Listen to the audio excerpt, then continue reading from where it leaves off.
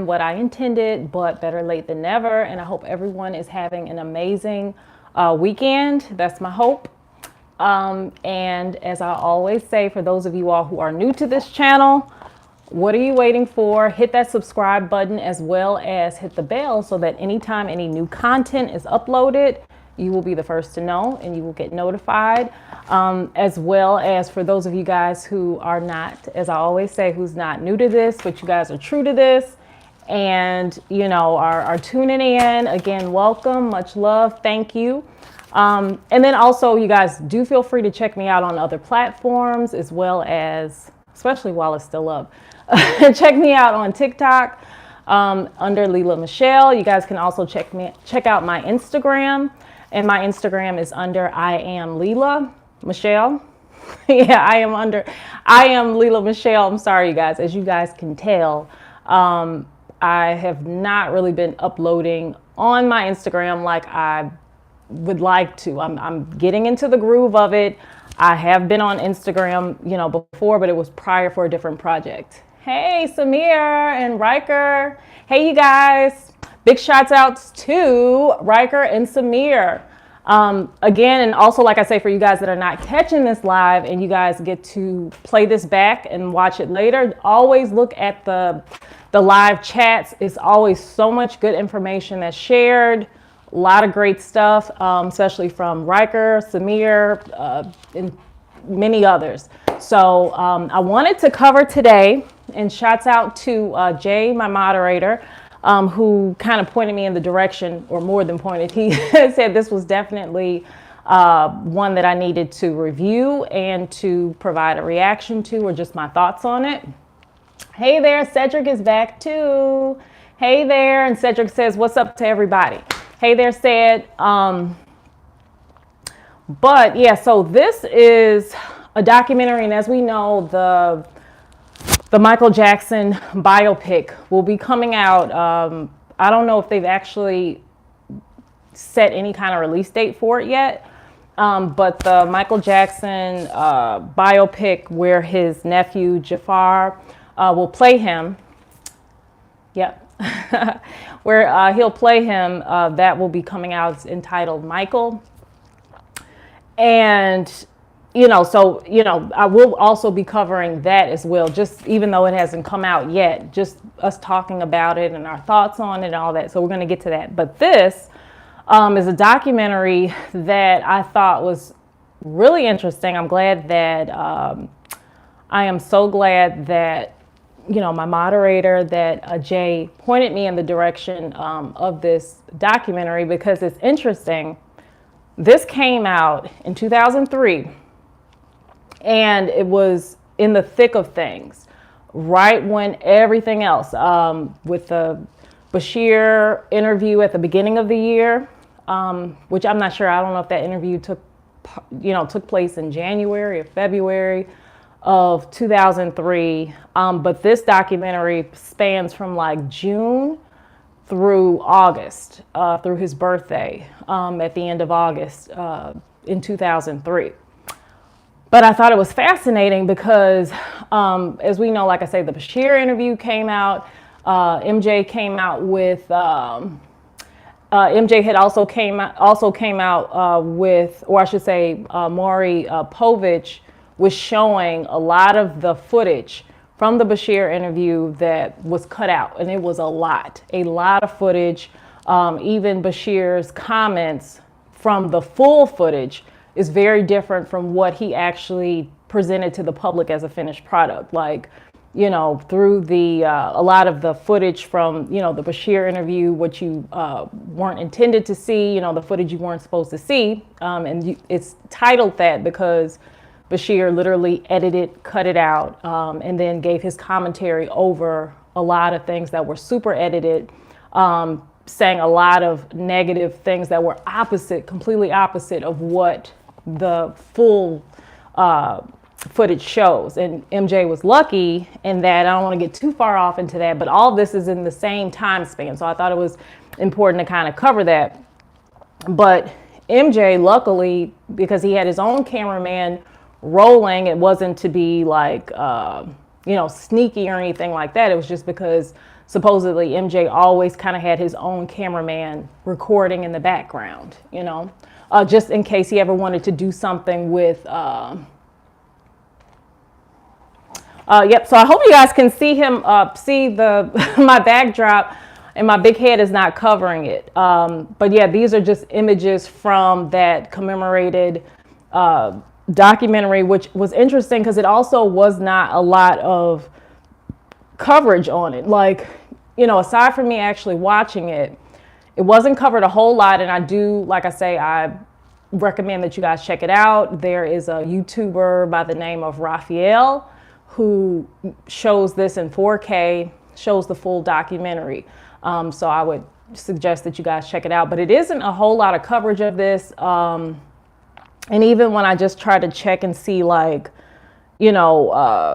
just in print, like, who covered any articles on this, like, it really did not receive a lot of coverage. But then again, I'm not shocked, because what did receive a lot of coverage for MJ in 2003 was the Bashir interview, even though it was already established that it was a huge hack job. Like I say, MJ, luckily, he had his, his own cameraman rolling footage. So he was able to show, like, the, unedited version of how the interviews went, the questions that were asked, and the real full answers that were given. And even Bashir's reaction to that interview, like, he's praising MJ and, oh, this is great. Oh, this is almost like a spiritual experience.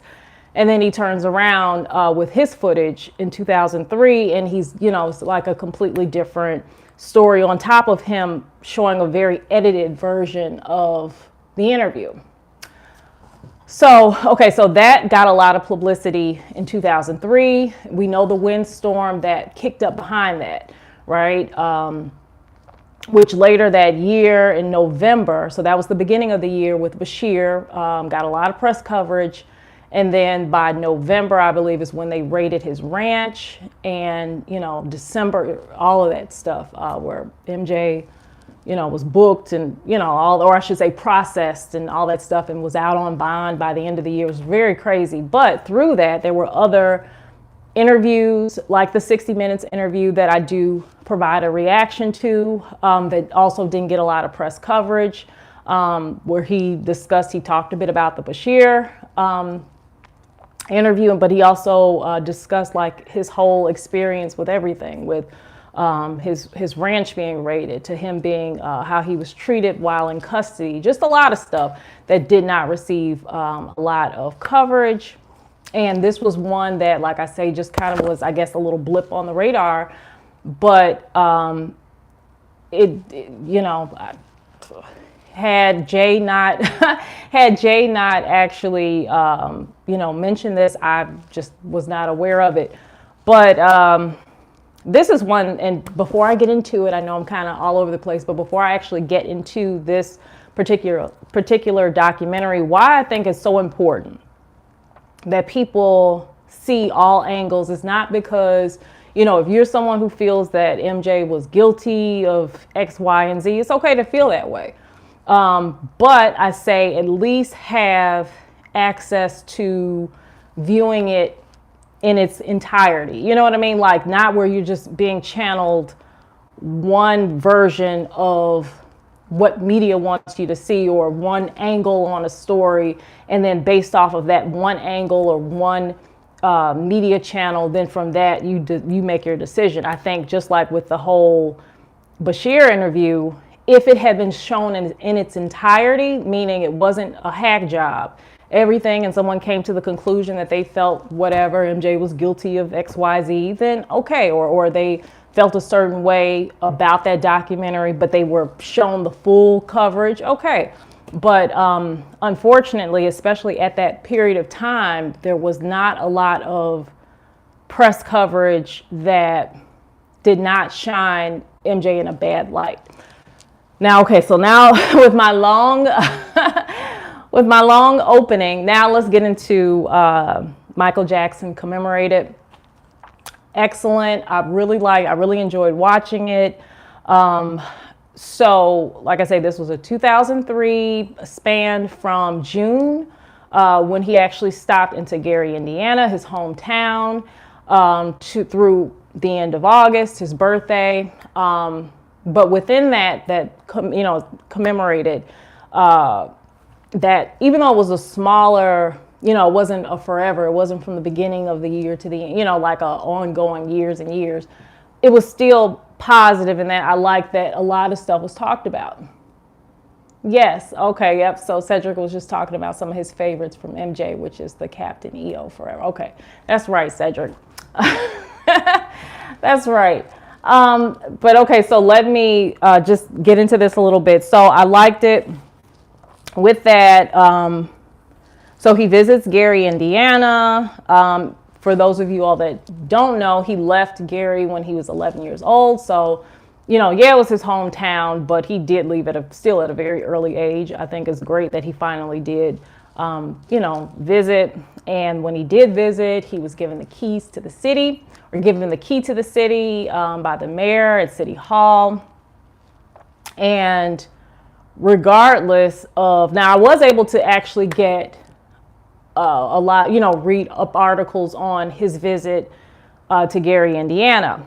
Now, what I thought was interesting is, okay, through reading that, clearly any publication, any article is just that person's opinion, okay? That person's opinion that has been published and they had the platform to do it. Just like with this channel is my, I try to make sure that my opinion is based off of different resources, different things that I pull in, but still nonetheless, this is my angle, this is my opinion, given on this platform. And it's really the same way. It doesn't matter whether it's Washington Post, the Tribune, whatever, Huffington Post, it doesn't matter. It's still that journalist, that reporter's opinion put to paper, which could be extremely powerful given if that is all that someone is taking in. So just to go back, like I say, I was able to find articles that covered MJ's visit to Indiana, back to his hometown. And they were saying how in it, they were, the journalist or whatever was saying, so-and-so age 18 said that they felt that MJ, it was a lot of negative. But what I saw, the footage that I saw was extremely positive. It looked like he was well received. Oh, how you doing there? All right, Mona, and I hope I'm pronouncing it correct. Mona's in the house. Hey, how's it going? Thank you. I'm so glad you stopped in. And again, like I say, you guys, always, if you guys check it out later, check out the live chat, and there's a lot of good information, usually shared. But even still, I'm always saying, hey, what's up to my subscribers? Really appreciate you guys showing up and showing up strong. So always appreciated. But just to double back, so yeah, the articles that I read, and a lot of those articles were dated either of that year or shortly thereafter, like by 2005, still some of it talking about his visit to his hometown. From what I was reading, still a lot of negative spins on it. And whatever they felt, oh, he only came back once he got in trouble and da-da-da-da-da. He hasn't done this, he hasn't done that. But, I mean, truth be told, that was in the middle of the windstorm. He had already gotten a lot of negative press at the beginning of the year after that Bashir interview. But as we know how MJ's life was to unfold, that was only kind of the beginning of that whole, excuse my French, that whole shitstorm, okay? It was just the beginning of it. So that's so funny. You guys are funny. But no, shouts out to you too, right? You too, Cedric. But what was I going to say? So even the kind of aftermath where people, okay, before I get into that, let me actually explain why people were saying, oh, he didn't do what he said he was going to do, and it was a publicity stunt, da-da-da. Okay, when MJ received the keys to the city, the mayor at the time had made a statement that MJ, they were going to kind of go into like a joint venture with MJ on, on a performing arts school that I think was going to be named in MJ's honor. And, MJ was also going to try to promote it in a certain way, but they were going to collab on that. Now, we know the way that things did turn out and the way things did unfold for MJ. So given the fact that by the end of the year, he's doing 60 Minutes interviews, he's talking about Neverland being rated and how, his experience being in custody. And we know that court case dragged out for 2 years. So realistically, whether somebody else views it as being legit, hey, Riker. Yeah, nice, yep. So Riker was just saying he liked the interviews from 1981 to 1987 because those interviews were actually about his music and his career. I agree. A lot of interviews that were later were covering much more heavier subject matter that really had nothing to do with MJ's career, his music, nothing. I mean, it was a lot of controversy surrounding him at that time. But to circle back, because like I say, I'm talking about the documentary, but in this documentary, and I'm just saying that, I enjoyed it. It wasn't super long. I enjoyed the documentary because it did cover his kind of, his trip back home. From what I saw, it appeared that it was well received. He was well received by, the residents of Gary. People came out, showed out, very happy, grabbing at him. Oh, we love you, we love you, we love you. Yet when I read back articles that covered his trip, I'm reading negative things. Now, this is something that did not get a lot of press coverage. It didn't, and I guess still doesn't, because when I look to see what I could find on, Michael Jackson documentary, Commemorated, I'm not seeing stuff. So again, the problem that I see in general, like I say, people, they could be MJ fans. They don't have to. They could think he's guilty. Not truly. I believe the only ones that really know the truth would be God, MJ, and his accusers. Everybody else can speculate. If I had to bet money, I say that he's not guilty. That's just my own personal, beliefs around it. I just don't. I think people had way too much to profit from saying XYZ happened to them. And there's even people that actually spoke and said about how they were almost not coaxed. I'm getting tongue-tied. Not like persuaded, but more like, well,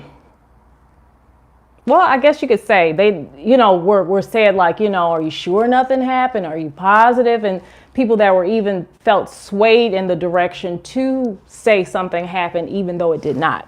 Basically, I'm just saying anytime money's thrown into the pot. Oh yeah, I gotta check him out. Mona, so you were saying the Mitchell Michael Jackson from Tunisia, right? Or Tunisia, right? Is that the one you're talking about? I still have to check him out. I've heard good things about the Michael Jackson impersonator. I have to check him out. But I was just saying that, okay, perfect, yes.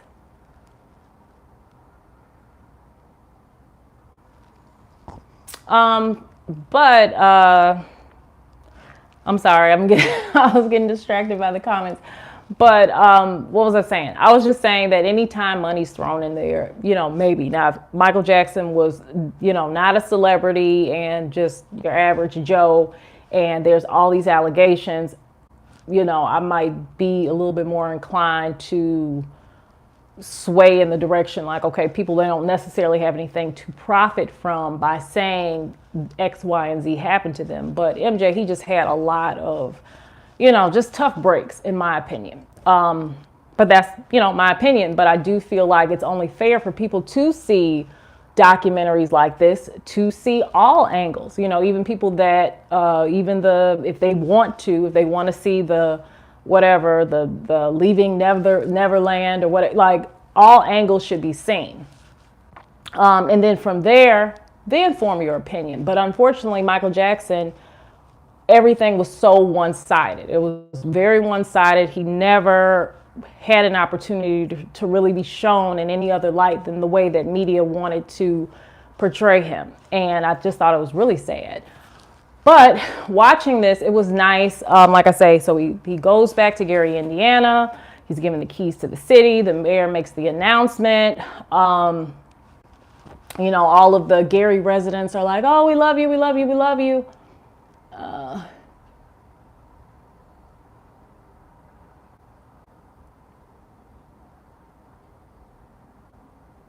Well, I don't know. Okay, so Riker, like, okay, this is, and again, this is just my thoughts around that. So Riker was just saying that, for those of you guys who are not reading the live chat, Riker was just saying that, and your friend would not be alone. There's a lot of people that felt that, you know, MJ's complexion, his whitened complexion, his straight hair, and all of that was not a good look for him. And because of that, a lot of people made judgments around that. Now, this is just my particular thoughts on that. I'm not saying that, you know, MJ's look was normal, you know, and when I say normal, I mean common, that you find most people with that, you know, look. But what I think MJ did was, I think he was dealing with a skin disease. He was dealing with vitiligo. Vitiligo, it hits you in large. For those of you all that are not aware of it, it is very sporadic. You could be okay most of your life, and then out of nowhere, you get a big white patch, like completely white, and there's nothing you could do about it.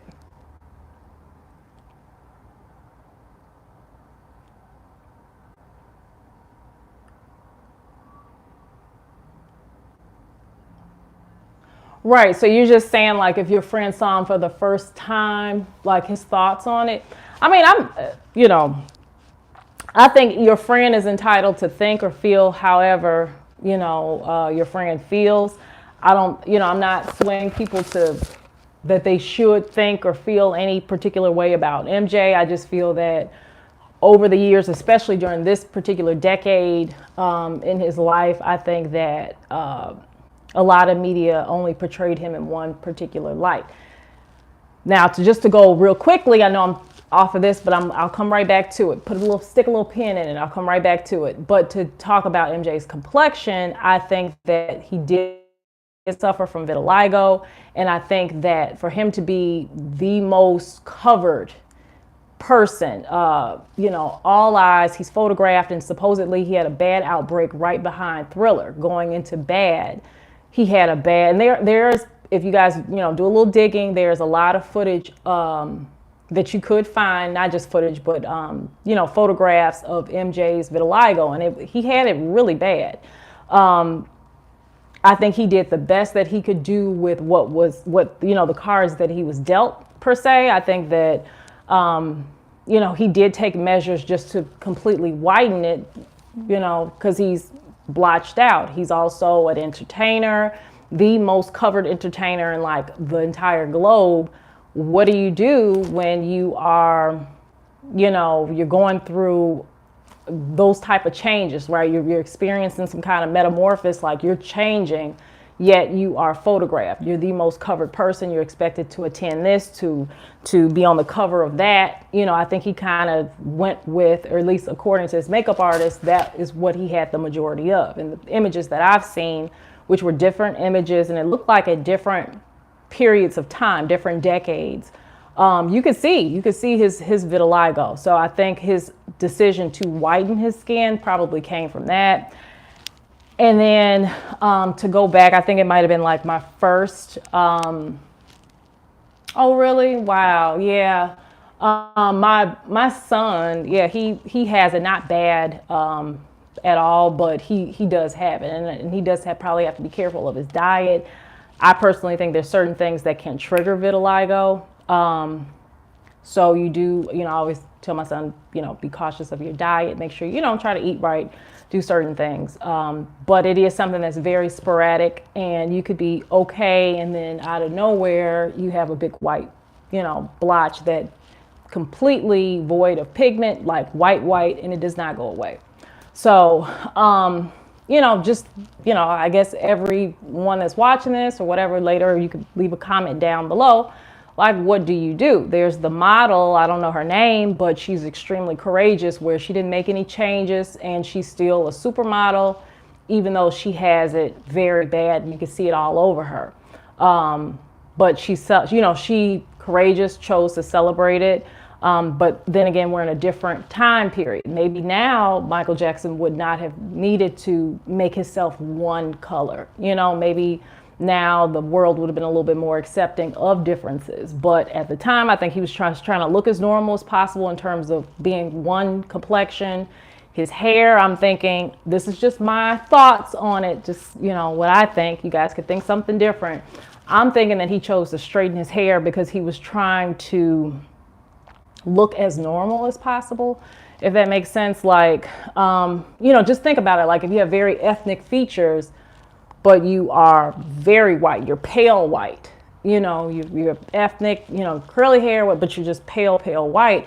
I think that and it's probably, I know it's beauty in that too, but I think he was probably just trying to look as normal, although normal's relative. I think he was probably just trying to look as normal as he could, so he did straighten his hair. I think he probably already had issues with his nose, probably childhood trauma that goes back before, a lot of insecurities, and just kept, I don't know.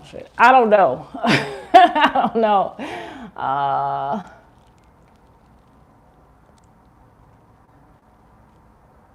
Okay. Yeah. So I don't know. I mean, like I say, another reason why I love these lives is because I like to hear what other people have to say about it, what they think.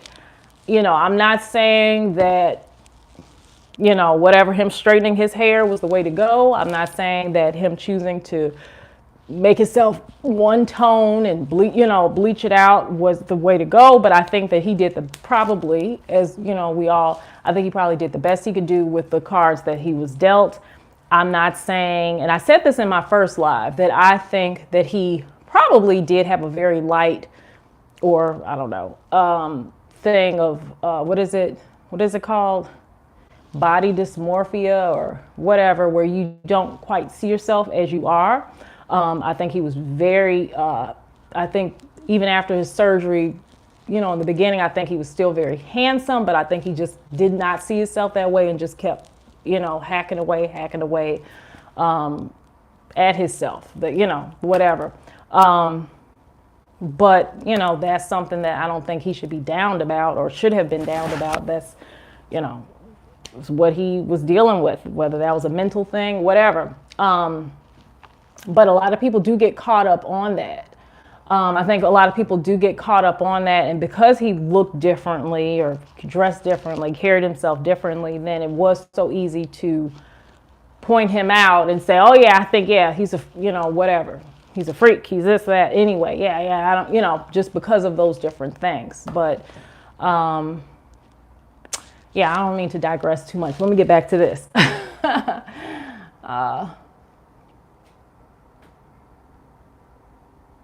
Yeah, that's what I think too. I would have to agree with your dad, Riker. I think that his decision to do that was just to be at least one solid color. I think that now, in general, I think that people are more accepting of differences. They're accepting of, someone is larger, someone's skinnier, someone's lighter, someone's dark. Like, I think the world in general is a lot more accepting of differences. And I think that MJ came from an era that was not as open-minded.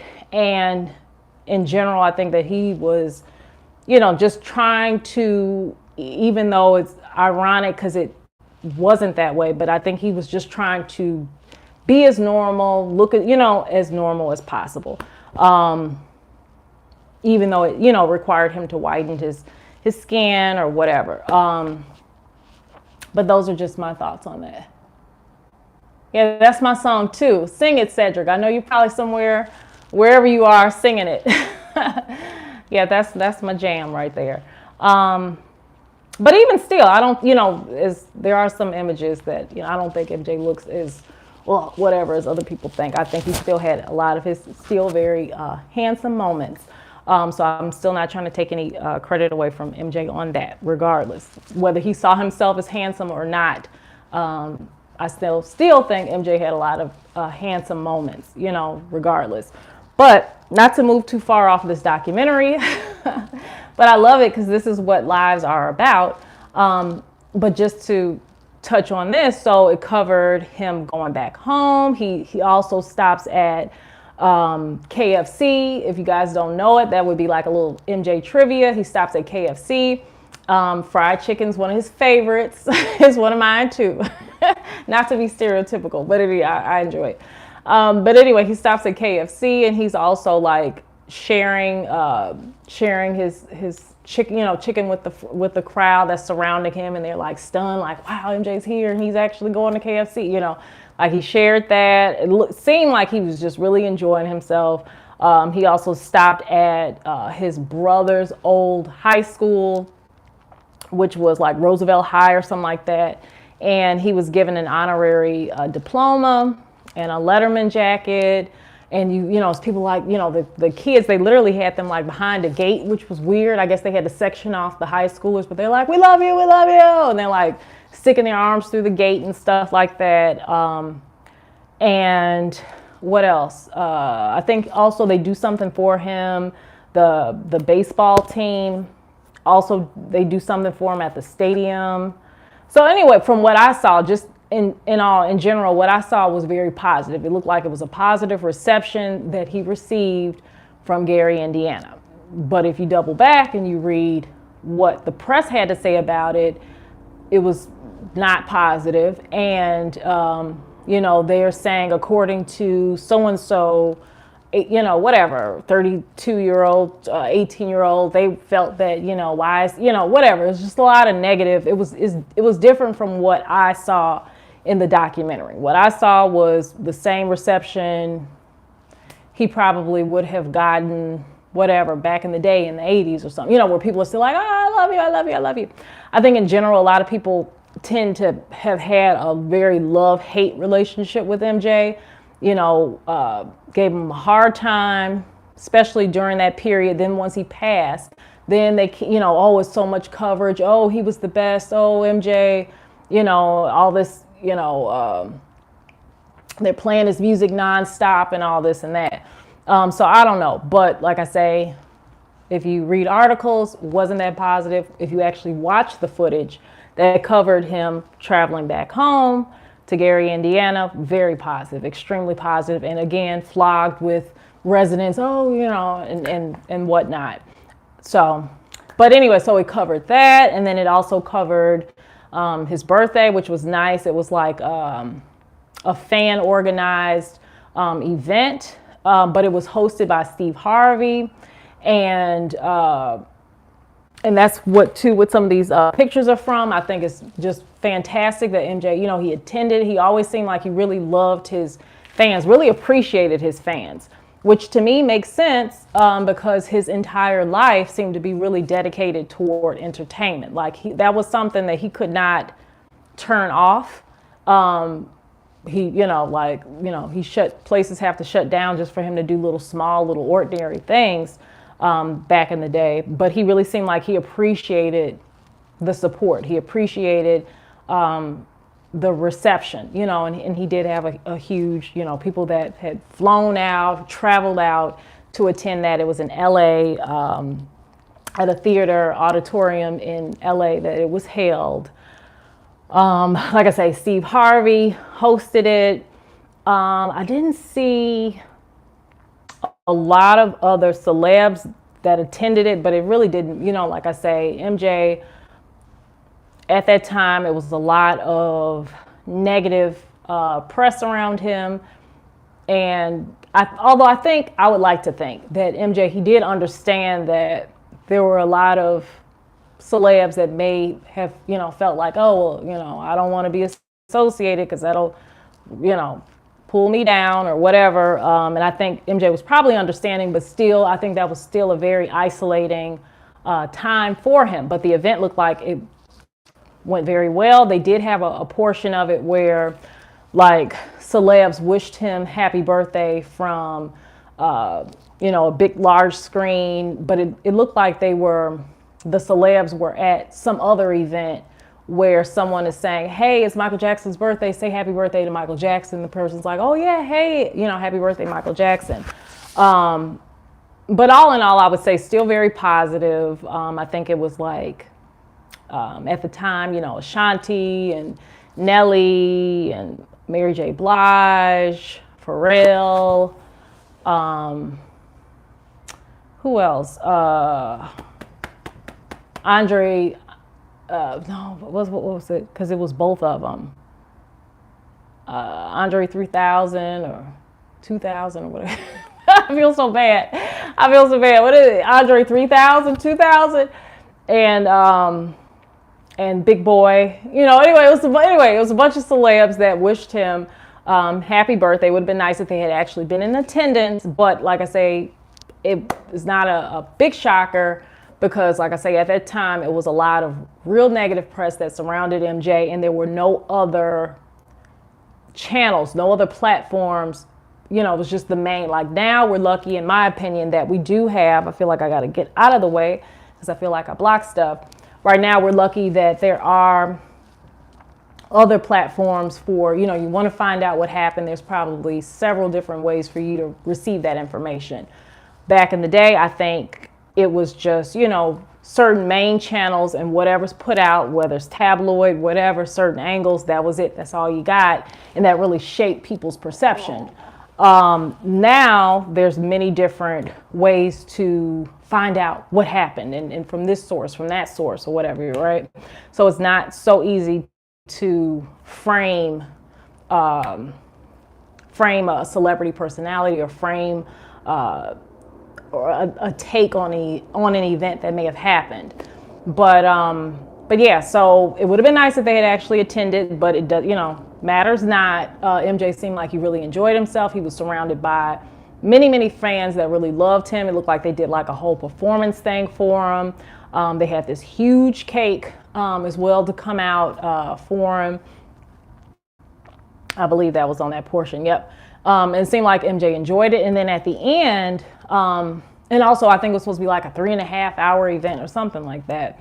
But at the end, MJ gave a speech, and to me, it was like kind of bittersweet, only because we know how like that was only the beginning of the storm for him. By that time, Neverland had not even been rated yet, and he hadn't undergone a lot of the different things that were to kind of transpire through his life, that period.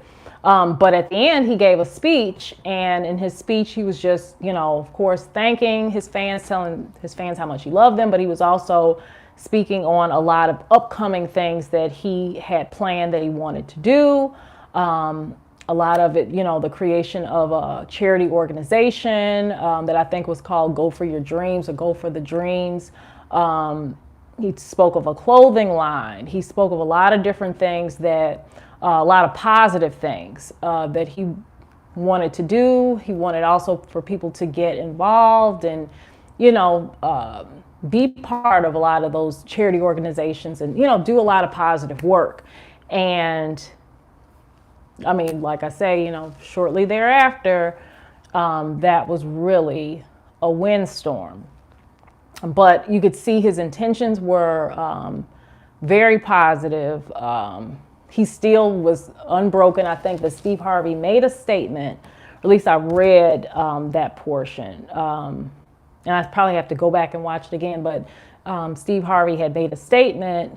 I don't know if it was made there at the event or if it was made later. Oh, wow. Yes, Cedric, yep. But I don't know, if Steve Harvey had made that statement there or if he had made it later to the press, but he was just saying that MJ underwent a lot of press, media. He was not treated fair by the media. This was according to Steve Harvey. He said MJ was not treated fair by the media, and he underwent like a lot of scrutiny that your average human being, anyone, forget celebrity, would not have been able to they would have buckled, they would have broke against that. And he, MJ, very mentally tough.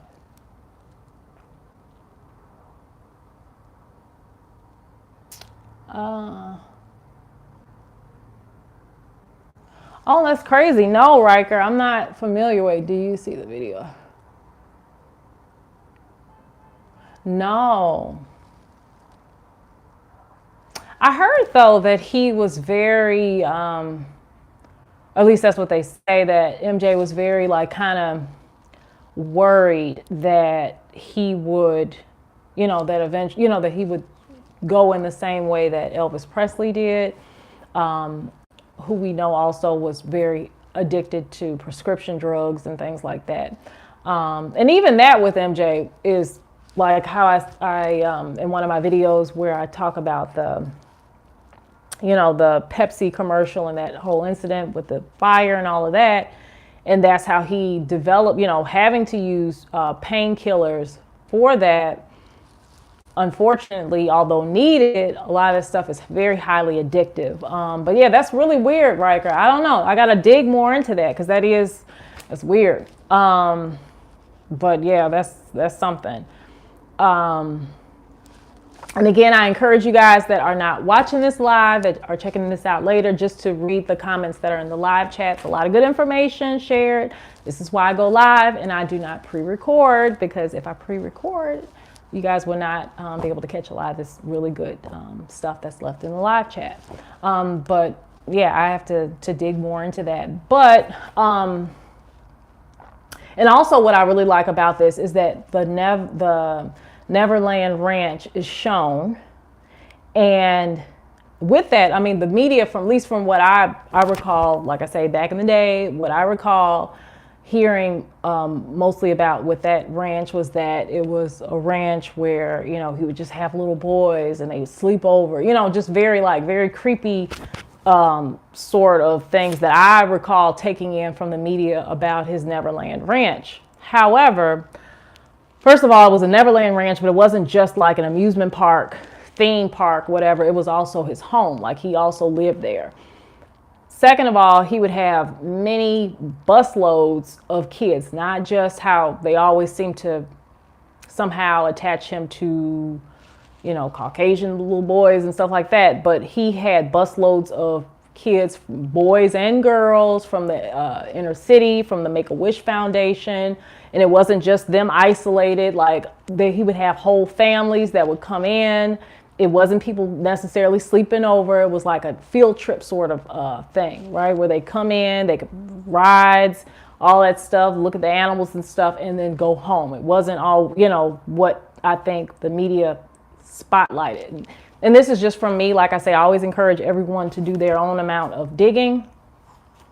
And then form your own decision. You might, once everything's said and done, maybe you feel differently. Maybe you feel like, okay, I still feel the same way.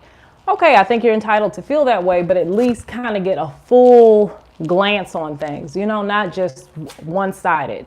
But yeah, after, doing my digging and whatnot, and it's spotlighted very well in this documentary. He had celebs out. He had families that were out at Make-A-Wish Foundation. Everybody came out for that. Okay, I'm gonna check it out too. I will check it out, Riker. I definitely will. Thanks for that. And like I say, you guys check out these comments. A lot of good information shared. But yeah, so like I say, it wasn't just the way the media painted it, which, I mean, shoot, that's all that we were taking in, that we're hearing about the Neverland Ranch, but like I say, it was families, busloads of families of, kids, not just isolated from adults with them, just like if it were a school field trip, you know what I mean? Like, it wasn't just MJ with a bunch of kids, but he would have kids from the inner cities, boys and girls, to come out, people from the Make-A-Wish Foundation. Some were terminally ill and had to actually, be wheeled around, but it was, like well, actually beyond a Great America. I want to say Great America theme park, but because his also had animals, so it was like a zoo meets a theme park, and everything that was there, food, everything was free. So it just seemed to me, like I say, especially for kids that do need some sort of like role model, or just the impact of meeting someone who you idolize, or just meeting like, oh my God, you're meeting the king of pop. That has to be a positive impact for kids from the inner city. That has to be a positive impact and a lifting of the spirits for people, kids that are really sick or terminally ill. That has to lift their spirits some. But yeah, like I say, I just like this documentary because a lot of this, even though it really didn't seem to be covered much at all, really, like I say, which is shocking because this was a documentary that was made right in the thick of things, right? So you would think it being in the thick of things, anything MJ related would be just, blown up, and it actually really wasn't. But there were celebs that came out that said that it was just really amazing work that MJ had did. And then also in the documentary, after the fan organized birthday event, he also had a birthday event at Neverland, and he had it where Steele turned it into like a charity event because he made a large donation to Make-A-Wish Foundation. And as well as had some of his friends that were there, and they were hitting him in the face with the cake and all that, which that footage I think you probably can find footage of, and that was his 45th birthday. But yeah, like I say, how I feel is still, feel how you feel. The only people that really know whether MJ was guilty, not guilty, would be God, MJ, and his accusers. Personally, my opinion, I don't think so. But people are entitled to feel how you feel, but I think that it's only fair to be exposed to the full, you know what I mean? Like, don't base your opinion off of the Bashir interview. When the Bashir interview, let's say there's an hour of footage, but only 15 minutes of that footage is shown with commentary over it. And then that is what's shown, and the rest of the interview, is left out. The other 45 minutes in the real full, that's to me what the Bashir interview was. So I don't know. Like I say, I recommend that you guys check it out, form your own opinions. That's just what I think. And I also will be reviewing eventually, might actually be my next one, where I just wanted to discuss the up and coming biopic with Michael Jackson's nephew, very talented, Jafar, who will play him in that. It'll be a Lionsgate film that's coming out. So we'll be covering that soon. And again, as I'm just going to wrap this up, first of all, thank you so much to Riker, to Cedric, to Mona, to all of you guys that did add to make this live. I appreciate you guys so much. And like I say, if you guys are new to this live, new to the channel, what are you waiting for? Hit the subscribe button, hit the bell. And for those of you guys who are, not new and continue to come on back, much love. Thank you guys so much. And I'm going to end this the way that I end most of my lives, which is to do my little turnaround. And I'm going to exit out of this. And then, let's see. Let me exit. And again, I always say for you guys to check out my website, which is LeilaMichelle.com. On my website, you guys can check out my merch. I do have MJ merch on there, as well as, and I call myself the celebrity entertainment content creator, if my computer would work. Like I say, not to be over the top, even though it sounds quite over the top. It is because I actually do cover celebrities and entertainment. My YouTube, because MJ is my favorite entertainer of all time, just kind of got dedicated to MJ. But if you guys check me out on TikTok, which I'm under Leila Michelle, do give me a follow on TikTok. you will see that I cover other celebs, but I also still have MJ content on there as well. You guys can check out MJ interviews and practicing, also some of his performances. You guys can check it out there. And then, also you can, you're so funny, Cedric. And then on there, you can also check out some of the other celebrities. But like I say, somehow, some way, shape, or fashion, they do seem to oddly still loop back to MJ. They just do. They do. But check me out there. And then I wanted you guys to take a look at some of the merch. Like I said, I do have MJ merch on there. Let's see. T-shirts, cool cups, things like that you guys can check out. And then, like I say, give me a follow on TikTok and check out some of my other content. And I love you guys so much. I will be back again very soon, possibly tomorrow. I don't know. Tomorrow. Oh yeah, and happy Easter Sunday for you guys that do celebrate Easter. I hope you guys have a wonderful Easter Sunday with your families. Enjoy it. Like I say, I don't know if I'm gonna do it tomorrow. We shall see. If I do, it'll either be like super early or very late if I do it tomorrow. But I appreciate you guys so much. Bye, you guys. Bye, Riker. Thank you guys so much. See you guys. Thank you. Happy Easter to you guys too. Enjoy. Have a wonderful Easter. Thanks, you guys. Bye-bye.